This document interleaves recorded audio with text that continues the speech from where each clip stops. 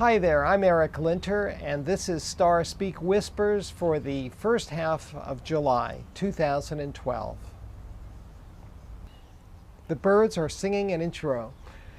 July begins with a waxing moon. It's nearly full on the 1st, and by the 3rd, it's exactly full. The full buck moon occurs at 2:52 in the afternoon here on the East Coast. The moon is in Capricorn, that hard-working sign of business and ambition. The sun, of course, is in Cancer, the sign of mom, home, and apple pie. Traditionally, this is the full moon that creates a dilemma. How do we balance family with career? How do we fulfill our obligations and pursue our dreams while still being there for our spouse and our kids and our parents? Matters are made a little more complicated this year by the fact that Mars also arrives in Libra on the 3rd and forms, by sign at least, a T-square with the full moon and the sun. This is a very dynamic configuration. It stirs a lot of activity. It will also trigger geopolitical changes and maybe some geophysical changes as well. There's certainly an increased likelihood of an earthquake, a tsunami, or perhaps a volcanic eruption this first week in the month of July. Now, July the 4th, here in the States, we celebrate the birthday of the country. The Declaration of Independence was at least partially signed and published on July 4th, 1776. This particular July 4th is a socially fabulous day. There are great alignments involving Mercury, Venus, and Uranus. It's a great day to be seeing friends, making new friends, being out and about. And the really supportive, friendly atmosphere extends far into the night until after the last firework has cascaded back down to Earth.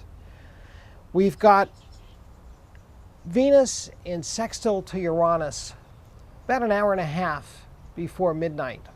And again, it's a party atmosphere. I hope you have a great holiday. Be safe, use good judgment. But astrologically, it's a super day for having some holiday fun. We go through a relatively quiet spell. There's a quarter moon, the last quarter moon on the 10th. Typically a little bit stressful. It's the evening of the 10th that we need to be careful, be sensitive and aware of other people's feelings. Too much headstrong pushiness definitely will rub others the wrong way. On Friday the 13th, Uranus does turn retrograde. I advise buying computer gear, upgrades prior to the retrograde. This is the planet of technology, of invention, and there may be, again, a variety of interesting events as Uranus turns retrograde. Everything from the previously mentioned possibility of an earthquake to a technological breakthrough. The following day, Saturday the 14th, Mercury does turn retrograde. Mercury, the planet of consciousness, is in harmony with Venus that day. So again, it's a very good social atmosphere. People are friendly, they're relaxed. If you're planning to have a party or to attend one, Saturday the 14th is one of the better Saturdays of this month. As we look towards Sunday the 15th, we see that just after midnight the sun squares Saturn. This is one of the quarterly reality checks in the ongoing dance between these two stars, a time to let go of certain attitudes, ideas, things, and perhaps relationships that no longer serve your best interests.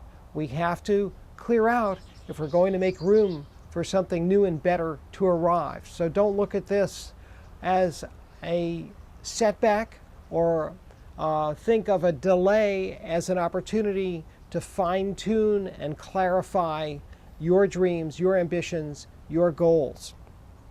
There's a last aspect that I want to talk about in this segment, and that is Mars in square to Pluto on Tuesday the 17th of July. The same day Mars is also in a trine to Jupiter. So here we're getting mixed messages from the cosmos. The trine to Jupiter is a real go-get-'em, energizing, upbeat trend, great for competitive sports, great for literary pursuits, travel. However, the square with Pluto can bring the worst out in temperamental people. Watch your temper. Displays of anger need to be, shall we say, I don't want to say curtailed. Anger can be a good thing, but stay conscious. Usually if we're angry, it's not for the reasons we think. And Mars squaring Pluto is a kind of never say die competitive spirit. So use the energy wisely, constructively, and remember, be kind, do unto others. Thanks for tuning in today. I am grateful that you've taken the time. You can contact me by email at stars@ericlinter.com, by telephone at 508-541-4115. Check out my daily forecasts online at spiritofchange.org. Remember, keep looking up.